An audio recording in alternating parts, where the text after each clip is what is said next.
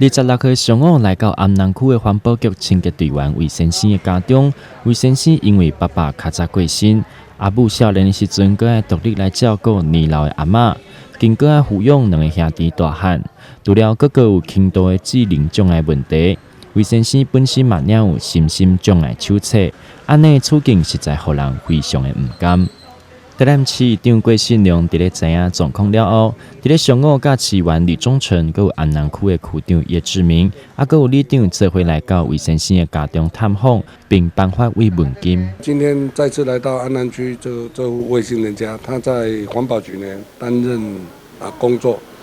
非常的认真，但是他领有残障手册，两个兄弟都一样，他上有高龄的90岁的阿嬷。那母亲现在又罹患重病在医院，那一家的生计呢，全部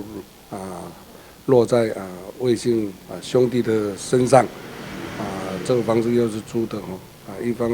要负责家里的开支，而且要负担父母的母亲的医药费，所以有点困难。那也希望在过年的时候议会能够来这边抛砖引玉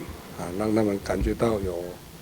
社会上有很多温暖。台南市环保局嘛透过内部的捐款来帮助魏先生，还有社会局嘛协助魏先生的妈妈会当申请到重大伤病卡，伊嘛会当帮忙减轻部分的医疗负担。议长甲区长嘛特别鼓励魏先生，有真侪人拢有咧甲因关怀，希望魏先生好好做工课，和厝里的人共度难关。台南新闻刘品言采访报道。